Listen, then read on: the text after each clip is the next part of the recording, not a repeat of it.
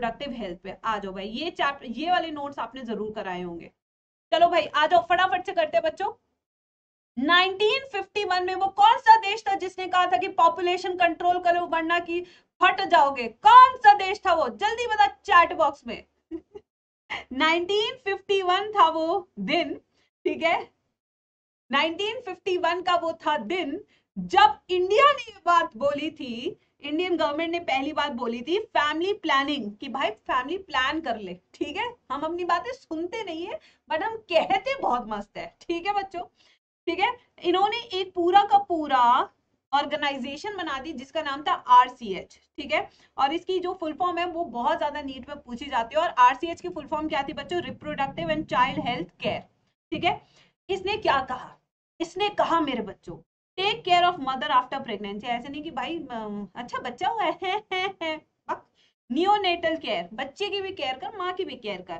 Safe quarters, ठीक है, yes, ज्यादा वाइल्ड नहीं होने का, बिल्कुल सेफली करने का जो भी करने का। अवॉइड सेक्सुअल इन्फेक्शन, ऐसे नहीं कि कहीं पे भी चले जाओ, जैसे फूड पॉइजनिंग हो जाती है ऐसे ही सेक्सुअल इन्फेक्शन भी हो जाता है नालायकों। पॉपुलेशन कंट्रोल करना बहुत जरूरी है जो हम नहीं कर पा रहे हैं। तो 1947 के सेंसस ने कहा था कि हम 350 मिलियन हैं। 2001 में हमें पहला सदमा लगा कि हम 1 बिलियन पहुंच चुके हैं। 2011 के सेंसस में हमें दूसरा सदमा लगता हो कि हम 1.2 बिलियन पहुंच चुके हैं। तो हमने जो अपनी बात बोली थी उस पर हम बिल्कुल नहीं टिके। This was a great failure guys, great failure, ठीक है। अब आते हैं एमनियोसेंटेसिस पे, ये बहुत इंपॉर्टेंट है, इसके ऊपर मैं 3 स्टार लगा रही हूँ, ये बहुत इंपॉर्टेंट है बच्चों। एमनियोसेंटेसिस की अगर बात करें तो एमनियोसेंटेसिस क्या है मेरे बच्चों? एमनियोसेंटेसिस वो टेक्निक है जो अब इंडिया में बैन हो चुकी है। क्या हो चुकी है मेरे बच्चों? जल्दी बताओ चैट बॉक्स में। अब ये इंडिया में बैन हो चुकी है। क्यों बैन हुई है ये भी रीजन दिया एनसीईआरटी ने, क्योंकि इलीगल यूज कर रहे थे बच्चे का जेंडर पता करने के लिए। तो इसलिए सरकार ने कहा तुम किसी लायक नहीं हो, तुम करोगे ही नहीं है, ठीक है। ये वो टेक्निक है जो 14 से लेके 16 वीक्स के बीच में कराई जाती है। इससे सिर्फ और सिर्फ हम जेनेटिक डिसऑर्डर पता कर सकते हैं, मॉर्फोलॉजिकल डिसऑर्डर पता नहीं कर सकते हैं, ठीक है। क्या कौन से डिसऑर्डर पता कर सकते हैं जल्दी बताओ चैट बॉक्स में। सिर्फ और सिर्फ जेनेटिक डिसऑर्डर पता कर सकते हैं, इससे हम नहीं पता कर सकते मॉर्फोलॉजिकल डिसऑर्डर। इसमें हम करते क्या है, इसमें हम एमनियोटिक फ्लूइड जो बच्चा का है उसे एक्सट्रैक्ट करें, क्योंकि एमनियोटिक फ्लूइड में प्रेजेंट होते हैं फीटल स्किन सेल्स, और इन्हीं स्किन सेल्स की हम कैरियोटाइपिंग करते हैं और पता करने की कोशिश करते हैं कि बच्चे में कौन सा जेनेटिक डिसऑर्डर प्रेजेंट है, ठीक है। इलीगल सेक्स डिटर्मिनेशन होता है, इसलिए अब इसको बैन कर चुके हैं इंडिया वाले, ठीक है। इसके बाद आते हैं नेक्स्ट पे कॉन्ट्रासेप्टिव मेथड। कौन कौन से मेथड्स हैं और क्या एक आइडियल कॉन्ट्रासेप्टिव की क्वालिटी होनी चाहिए? चलिए बता दो बच्चों जल्दी से, इसमें तुमने पीएचडी कर रखी है। कॉन्ट्रासेप्टिव मेथड्स या कॉन्ट्रासेप्टिव डिवाइसेस वो डिवाइसेस है जहां पे हम कोशिश कर रहे हैं टू इनहिबिट प्रेगनेंसी। हम यहाँ प्रिवेंट कर रहे हैं किसको? प्रेगनेंसी को। हम नहीं चाहते प्रेगनेंसी हो, ठीक है। तो इसके लिए कुछ फीचर्स होने चाहिए हमारे कॉन्ट्रासेप्टिव डिवाइसेस में। पहला फीचर कौन सा बच्चों? चीप, सस्ता होना चाहिए। ऐसा ना हो कि भाई जो नेचुरल प्रोसेस है वो बहुत महंगी पड़े, क्योंकि क्या है लोग पैसा नहीं खर्च करना चाहते, समझ रहे हैं ना बच्चा, ठीक है। चीप या जितना सस्ता होगा उतना बढ़िया, वरना खर्चा और बढ़ जाएगा। इजीली रिवर्सिबल, रिवर्सिबल का मतलब क्या? अगर हम चाहते कि हम बच्चा करें तो होना चाहिए, ऐसा नहीं कि भाई अब का होगो का करे, ठीक है। इफेक्टिव होना चाहिए, ऐसा ना हो कि लगा लिए फिर भी कुछ काम नहीं कर पा रहा है। फिर यूजर फ्रेंडली, मतलब लोग बाग यूज कर सके, इजी होना चाहिए उसका यूज, ठीक है। फिर आते लेस साइड इफेक्ट, ऐसा ना हो कि कोई बड़ी बीमारी लग जाए, क्या करेंगे फिर, ठीक है। Do not interfere between quarters, ऐसा ना हो कि भाई ऐसा लगा रोबोट है, ठीक है। बिल्कुल मजा सा आते रहना चाहिए। चलो नेक्स्ट पे आते हैं। अब आते हैं कौन कौन से मेथड्स है जो एनसीईआरटी ने लिखे हुए हैं मेरे बच्चों। तो पहला जो मेथड है वो है हमारा नेचुरल मेथड। नेचुरल मेथड वो है जो भगवान की कृपा करके हम फॉलो कर रहे हैं, जिसके अंदर किसी भी डिवाइस को हम यूज नहीं कर रहे, क्योंकि हमको पता है इसमें खतरा बहुत ही बड़ा है, ठीक है। तो सबसे पहला इसका प्रिंसिपल है to avoid meeting of sperm and ova naturally, यानी कि इन दोनों को मिलने ही नहीं देंगे तो प्यार नहीं होगा इन दोनों के बीच में। इसलिए इसके कोई साइड इफेक्ट्स भी नहीं होते, क्योंकि इसमें नेचुरल मेथड्स यूज किए जा रहे हैं, ठीक है। पहला है पीरियोडिक एब्स्टिनेंस, यानी कि अपने ऊपर काबू पाएं जब महिला का ओवुलेशन का टाइम चल रहा है, ठीक है बच्चों। यानी कि आपको पता है 14th डे पे ओवुलेशन होता है, तो इससे 3 दिन पहले 3 दिन बाद, यानी 10 से लेके 17 जो पीरियड है, जो डेज है, जो एक हफ्ता है, उस टाइम अगर आप दूरी बनाए रखेंगे तो आप बच्चे से भी दूरी बनाए रखेंगे, ठीक है। तो फर्टिलाइजेशन पीरियड में या फर्टाइल पीरियड में बिल्कुल भी क्वाइटस नहीं करना है, वरना उसका अंजाम भुगतना पड़ेगा मेरे बच्चों, ठीक है। Couple should avoid coitus during 10 to 17th day. दूसरा है लैक्टेशनल एमेनोरिया। नाम से पता लग रहा है लैक्टेशन का मतलब है ड्यूरिंग इंटेंस लैक्टेशन, यानी कि जब जो महिला है बहुत ज्यादा ब्रेस्ट फीड कर रही है अपने बच्चे को। एमेनोरिया का मतलब होता है एब्सेंस ऑफ मेंस्ट्रुअल साइकिल, तो यानी कि जब महिला लैक्टेशन के टाइम पे होती है तो उस टाइम मेंस्ट्रुअल साइकिल नहीं आती है, बट कई बार भगवान की कृपा होती है कि एकदम से आ भी जाती है, तो ये काफी बड़ा धोखा दे सकती है। ये कहते हैं कि अप टू 6 months तक जो है ये जो मेथड है चलता है। इस टाइम पे मेंस्ट्रुअल साइकिल आती नहीं है, क्यों नहीं आती ये भी नीट का क्वेश्चन है, क्योंकि इस टाइम पे जो हार्मोन प्रोलैक्टिन है वो बेहद ज्यादा होता है, और प्रोलैक्टिन जो है इनहिबिट करके रखता है जीएनआरएच को, एलएच को और एफएसएच को, तो ये तीनों हार्मोन्स नहीं आते ड्यू टू प्रोलैक्टिन, जिसके कारण जो है मेंस्ट्रुअल साइकिल नहीं आती है, ठीक है। फिर आते हैं क्वाइटस इंटरप्टस। ये जो पूरा मेथड है ये है सेल्फ कंट्रोल का, जिसने इसके ऊपर विजय हासिल कर ली वही खिलाएगा मुकद्दर का सिकंदर, ठीक है, यस। तो क्वाइटस इंटरप्टस क्या है, इसमें जो है मेल पार्टनर का बहुत बड़ा रोल है, इसे हम कहते हैं withdrawal of penis just before ejaculation, ठीक है। So it is all about self control मेरे बच्चों, ठीक है। अगर नहीं हुआ तो बस काम खत्म। अब आते हैं सेकंड मेथड पे। सेकंड मेथड जो है हमारा वो है बैरियर मेथड। नाम से पता लग रहा है बैरियर, यानी कि एक फिजिकल बैरियर लगा दिया है ओवा और स्पर्म के बीच में, एक दीवार खड़ी कर दिया है किसके बीच में, ओवा और स्पर्म के बीच में। तो इसका जो हमारा प्रिंसिपल है वो कहीं ना कहीं सेम है, अवॉइड मीटिंग ऑफ ओवा एंड स्पर्म फिजिकली, यानी कि एक बैरियर लगा के रोका जा रहा है इन दोनों की मोहब्बत को, ठीक है मेरे बच्चों। तो इसमें 5 एग्जाम्पल्स दिए एनसीईआरटी, आइए देखते हैं। यहाँ पे पूरा लिखा हुआ है कॉन्डम्स। कॉन्डम्स जो है मेल कॉन्डम्स होते हैं। इसका जो पॉपुलर ब्रांड है जो भारत सरकार भी लेकर आई थी कि भाई सस्ते में देंगे, वेंडिंग मशीन तक लगा दी, समझ रहे हो तुम, यस, पैसा डालो कॉन्डम निकालो, यस, उनको वेंडिंग मशीन कहते हैं।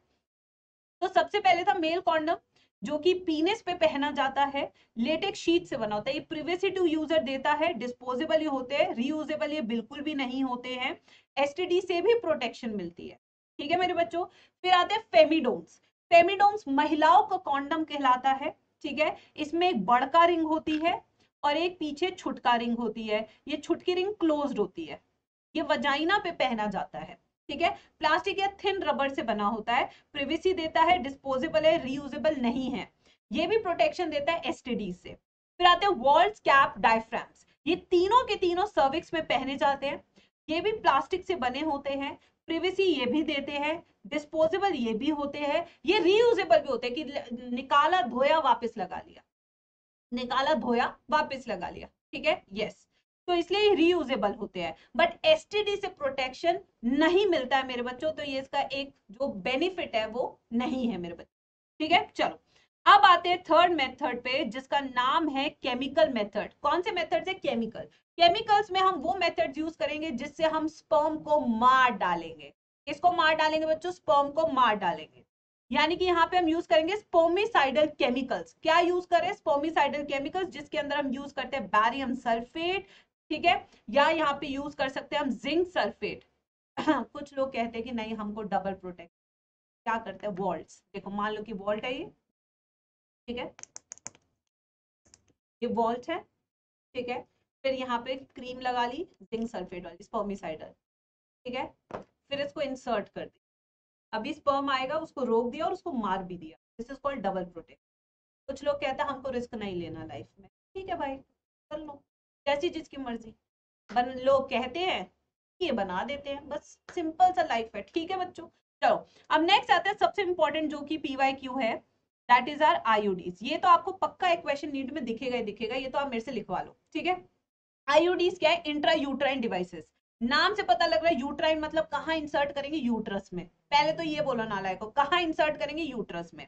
और हैरानी तो इस बात की एनसीईआरटी कहती है कि most accepted method in India है, सबसे ज्यादा एक्सेप्टेड मेथड इन इंडिया है। आपको लगता होगा कि भाई शायद कॉन्डम्स होंगे, बट नहीं है मेरे बच्चों, नहीं है, ऐसा नहीं है, ठीक है। ये 3 तरह की होती है, कितने तरह की होती है सब बताएंगे जल्दी से चैट बॉक्स में। ये 3 तरह की होती है आईयूडीज, एक है नॉन मेडिकेटेड, एक है हार्मोन रिलीजिंग, तीसरी है कॉपर रिलीजिंग। अगर नॉन मेडिकेटेड की बात करें तो नॉन मेडिकेटेड क्या है, इसमें एक लूप होता है, ये चीका मीका देश में बहुत ही पॉपुलर है, जो हमारा साथ वाला देश है, ठीक है, यस, जो शिब्बत हथिया लिया था। ये देखिए, ये लूप है, लूप, इस लूप के ऊपर स्पर्मिसाइडल केमिकल लगा देते हैं और इसको सर्विक्स में इंसर्ट कर देते हैं, तो हर दिन वो केमिकल निकलेगा और हर दिन स्पर्म को मारता जाएगा, ठीक है मेरे बच्चों। हार्मोन रिलीजिंग, नाम से पता लग रहा है इसमें हार्मोन रिलीज होगा, कौन सा, प्रोजेस्ट्रॉन। इसके दो एग्जाम्पल है, LNG-20 एंड प्रोजेस्टासर्ट। कॉपर रिलीजिंग, नाम से पता लग रहा है क्या रिलीज करेगा, कॉपर रिलीज करेगा, जो सप्रेस करेगा स्पर्म की मोटिलिटी को। किसको सप्रेस करेगा, स्पर्म की मोटिलिटी को। इसका एग्जांपल क्या है, कॉपर टी, कॉपर 7, मल्टीलोड 375, ठीक है। अब आते हैं नेक्स्ट पे, कॉन्ट्रासेप्टिव पिल्स। अब पिल्स क्या करती है, देखो जरा, पिल्स माने दवाई, खा लिया, यस, हाँ, ठीक है, यस। देखो contraceptive pills, combination of oestrogen and progesterone, दो तरह की होती है, एक कॉम्बिनेशन होती है और एक सिर्फ प्रोजेस्टेरॉन ओनली होती है, ठीक है, yes. Combination of estrogen progesterone has to taken between 1 to 5 day of cycle. Mala D मालाइन इसका है। मिनी पिल्स में सिर्फ प्रोजेस्टेरॉन होती है, इसे डेली लेना पड़ता है। फिर आते एक ऐसी ड्रग जो कि हमारे इंस्टीट्यूट CDRI ने बनाई थी, वो कौन सी थी बच्चों, CDRI की, सेंट्रल ड्रग रिसर्च इंस्टीट्यूट की सहेली। कौन सी थी, सहेली। ये स्टेरॉइडल है या नॉन स्टेरॉइडल है, जल्दी बताओ चैट बॉक्स में। ये नॉन स्टेरॉइडल पिल है, कैसी पिल है ये, नॉन स्टेरॉइडल, ठीक है। इनिशियल आपको पहले हफ्ते 2 लेनी है, 3 महीने बाद एक एक दवाई लेनी है, देखो पूरा बताते हैं हम लोग। ये एस्ट्रोजन रिसेप्टर को ब्लॉक करती है, ठीक है मेरे बच्चों। अब आते हैं डेपो प्रोवेरा यानी कि इंजेक्शंस। महिला कहती है हमको नहीं चाहिए पिल्स, नहीं चाहिए पिल, तो जो भैया जी हैं, भैया जी कहते हैं चल इंजेक्शन ले ले, ठीक है। तो इंजेक्शन को क्या कहते हैं, डेपो प्रोवेरा कह रहे हैं, ठीक है बच्चों। तो यहाँ पे क्या है हमारा, female injected with estrogen and progesterone injection which works for 3 months. Implants, महिला कहते हैं ना हमको ना चाहिए इंजेक्शन, बिल्कुल भी नहीं, बहुत ही दर्द होता है, तो भैया जी कहते हैं चलो आओ इम्प्लांट्स लगा देते हैं। तो इम्प्लांट्स क्या होते हैं, सब क्यूटेनियस, एक चीरा लगा देंगे हाथ पे, ठीक है। सब क्यूटेनियस, आप एस्ट्रोजन और प्रोजेस्टेरॉन की रॉड्स इंसर्ट कर दे, तो चीरा लगा के यहाँ सब क्यूटेनियस चीरा लगा और यहाँ पे इंसर्ट कर दी अंडर द स्किन, तो 5 से 7 साल के लिए बिल्कुल ही सही हो जाता है, ठीक है। फिर आते हैं इमरजेंसी कॉन्ट्रासेप्टिव पिल्स, आ जाओ जरा, आ जाओ। इमरजेंसी कॉन्ट्रासेप्टिव, गलती हो गई या क्या करें, क्या कर बताओ, यस, बताओ क्या करें, गलती हो गई है, गलती हो गई का क्या मतलब है, फर्टिलाइजेशन हो चुकी है बट इम्प्लांटेशन रोकनी है, समझ लो बात को। पहले तो ये समझो, इमरजेंसी कॉन्ट्रासेप्टिव कब काम में आएगी, ये तब काम में आएगी जब फर्टिलाइजेशन हो चुकी है, इम्प्लांटेशन रोकनी है। बहुत ही इंपॉर्टेंट क्वेश्चन है नीट के लिए, ठीक है बच्चों, यस बिल्कुल। अब देखो, अब यहाँ पे क्या है, मॉर्निंग आफ्टर पिल भी इन्हें कहते हैं। यहाँ पे फर्टिलाइजेशन हो चुके, जो रोकना है वो है इम्प्लांटेशन, और इसको रोकने के लिए कुछ हमारे पास क्या है, पिल्स है, जैसे आई पिल, अनवांटेड 72, RU 486, ठीक है। तो क्वाइटस के 72 घंटे में ये पिल लेनी है, वरना इम्प्लांटेशन अगर हो गई तो उसके बाद कुछ नहीं हो पाएगा मेरे बच्चों, ठीक है, यस। अब आते हैं स्टरलाइजेशन यानी कि मोक्ष प्राप्ति, यानी हमको नहीं, मोक्ष चाहिए। मोक्ष क्या होता है मेरे बच्चे, permanent method to stop pregnancy, मोक्ष प्राप्ति की ओर, ठीक है। इसे हिंदी में नसबंदी कहते हैं। एक होती है वेसेक्टोमी, एक होती है ट्यूबेक्टोमी। वेसेक्टोमी क्या है, मेल्स में हो रही है, जिसमें वास्ट डिफरेंस को कट करके बांध देते हैं, ठीक है। सीमेन विदाउट स्पर्म, स्पर्मेटोजेनेसिस होता है। देखो यार, ये बड़ी एक धारणा है कि नसबंदी कराने के बाद जो है उसकी मर्दानगी चली जाएगी, ऐसी चीजें बोली जाती है सोसाइटी में, ये बिल्कुल गलत है, क्योंकि टेस्टोस्टेरोन बन रहा है, सब कुछ बन रहा है, इवन स्पर्म भी बन रहा है, बस सीमेन में नहीं आ रहा है स्पर्म, बस यही फर्क होता है और कोई फर्क नहीं है। जबकि ट्यूबेक्टोमी क्या है, फीमेल की नसबंदी है मेरे बच्चों, ठीक है। Fallopian tube cut and tie हो जाते हैं, स्पर्म नहीं पहुंच पाता ओवर तक फर्टिलाइजेशन के लिए। क्या इस महिला को मेंस्ट्रुअल ब्लीडिंग होगी, पहले बताओ जल्दी से चैट बॉक्स में, होगी मेंस्ट्रुअल ब्लीडिंग। क्या महिला में ओव्यूलेशन होगी, बिल्कुल होगी। क्या एस्ट्रोजन प्रोजेस्टेरॉन बनेंगे, बिल्कुल बनेंगे, सब कुछ नॉर्मल है, बस फर्टिलाइजेशन नहीं हो पाएगी, बाकी सब कुछ कॉमन है, ठीक है। मैम कुत्तों में कॉमन होती है नसबंदी, बेटा कुत्तों में कॉमन नहीं होती, कराई जाती है नसबंदी। कुत्ता तो कब आया तेरे पास बोलने के लिए कि नसबंदी करा दे, भाई वो तुम्हें कम कुत्ते चाहिए कॉलोनी में, इसलिए बेटा तुम लोग नसबंदी कराते हो। कभी उससे पूछा है तुमने कि क्यों करा दी नसबंदी? क्या पता उसे 5-6 बच्चे और चाहिए हो लाइफ में, तुम तो पूछते भी नहीं हो। यस, तुम तो सीधा कॉल कर देते हो एमसीडी वालों को, भाई ये कुत्ते बहुत मचा रहे हैं, इसको लेके जाओ। यस, कोई नहीं बेटा, कोई नहीं, ऐसे दिस हैपेंस। यस, हाँ, चलो भाई, अब आते हैं next, medical termination of pregnancy, यानी कि एमटीपी इसको कहते हैं। क्या होता है एमटीपी? अबॉर्शन क्या होता है? Voluntary expulsion of premature foetus, यानी कि वॉलेंट्री एक्सपल्शन यानी कि खुद से जो है कपल चाह रहे हैं कि टर्मिनेट कर दिया जाए प्रेगनेंसी को, ठीक है, इसे अबॉर्शन भी कहते हैं। 1971 में एमटीपी लीगल था, ठीक है, बट फीमेल फीटिसाइड के इतने केसेस हो गए कि 2002 में से अमेंड कर दिया गया, ठीक है। अब सिर्फ कुछ ही ऐसे केसेस है जब आप एमटीपी करा सकते हैं। एमटीपी अगर आप 12 हफ्ते तक, 12 वीक्स तक करा रहे हैं, कब तक करा रहे हैं? 12 वीक्स तक, ठीक है, तो सेफ है। 12 वीक्स तक क्या है मेरे बच्चों? सेफ है। इसके लिए आपको कितना डॉक्टर चाहिए? एक डॉक्टर चाहिए, ये लिखा है एनसीईआरटी ने भाई, सब कुछ बताना पड़ेगा। अगर वहीं पे 24 वीक्स तक करा रहे हो तो ये बहुत अनसेफ है और इसके लिए आपको 2 डॉक्टर की जरूरत पड़ेगी, ठीक है मेरे बच्चों, ऐसे लिखा है एनसीईआरटी ने, याद कर लो। अब आते हैं किन 4 केसेस में अलाउड है female foetus suffering from genetic disorder, fetus is harmful to mother, failure of contraceptive, child is result of rape। अब आप कहेंगे ma'am failure of contraceptive, ma'am condom अगर फटा हुआ निकल गया तो क्या होगा? इसमें हम जा सकते हैं कोर्ट में? नहीं, नहीं जा सकते, ये पर्सनल है, कैसे प्रूव करोगे? तो नहीं हो सकता। इसमें ऐसे केसेस लेते हैं जैसे कि आप मान लो कि किसी नर्सिंग होम में गया, किसी डॉक्टर के पास गया, आपने कॉपर टी लगाया और वो एक्सपायरी निकल गई, तब हो सकता है, ठीक है, ऐसे फालतू के केस लेके ना जाए। चलो, अब आते हैं नेक्स्ट एसटीडीज पे, यानी कि सेक्सुअल ट्रांसमिटेड डिजीजेस पे, ठीक है, इन्हें वेनरल डिजीजेस भी कहते हैं, इन्हें रिप्रोडक्टिव ट्रैक इन्फेक्शंस भी कहते हैं। वेनरल डिजीजेस में हर्पीस, एड्स एंड हेपेटाइटिस जो नॉन क्योरेबल है, ये क्या है? नॉन क्योरेबल है, ये तीनों की तीनों, ठीक है। अब कुछ यहाँ पे कैटेगरीज मैंने लिखवा रखी है जैसे कि आपको बोर्ड पे दिख रही होगी।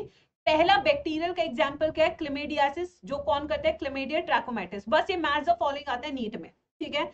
Syphilis, Treponema pallidum, gonorrhoea, Neisseria gonorrhoea, chancre, Haemophilus ducreyi, herpes human simplex virus, genital warts human papilloma virus, AIDS human immunodeficiency virus, hepatitis hepatitis virus, ठीक है बच्चों। प्रोटोजोन में कौन है? ट्राइकोमोनियासिस। फंगल में कौन है? कैंडिडियासिस। तो ये हो गए।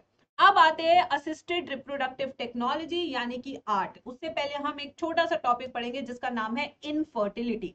बेटा नोट्स बहुत धांसू हैं, मैं 3 साल से खुद ये नोट्स यूज कर रही हूँ क्योंकि इससे बेटर नोट्स आज तक किसी बच्चे ने मुझे बना के दिए नहीं है। सब कुछ लिखा है, पूरी एनसीईआरटी है, सच बता रही हूँ, 2 पेज में पूरी एनसीईआरटी है। गोनोरिया हाँ क्योरेबल है। अब सुनो इधर नालायक को, इनफर्टिलिटी क्या होती है? एक प्राइमरी इनफर्टिलिटी होती है, एक सेकेंडरी इनफर्टिलिटी। प्राइमरी इनफर्टिलिटी क्या है कि बच्चा है नहीं, चाइल्डलेस कपल है। सेकेंडरी इनफर्टिलिटी होती है एक बच्चा दूसरा हो नहीं रहा है, उसे कहते हैं, ठीक है मेरे बच्चों। अब आते हैं नेक्स्ट पे, आ जाओ। यस, अब नेक्स्ट क्या है हमारा?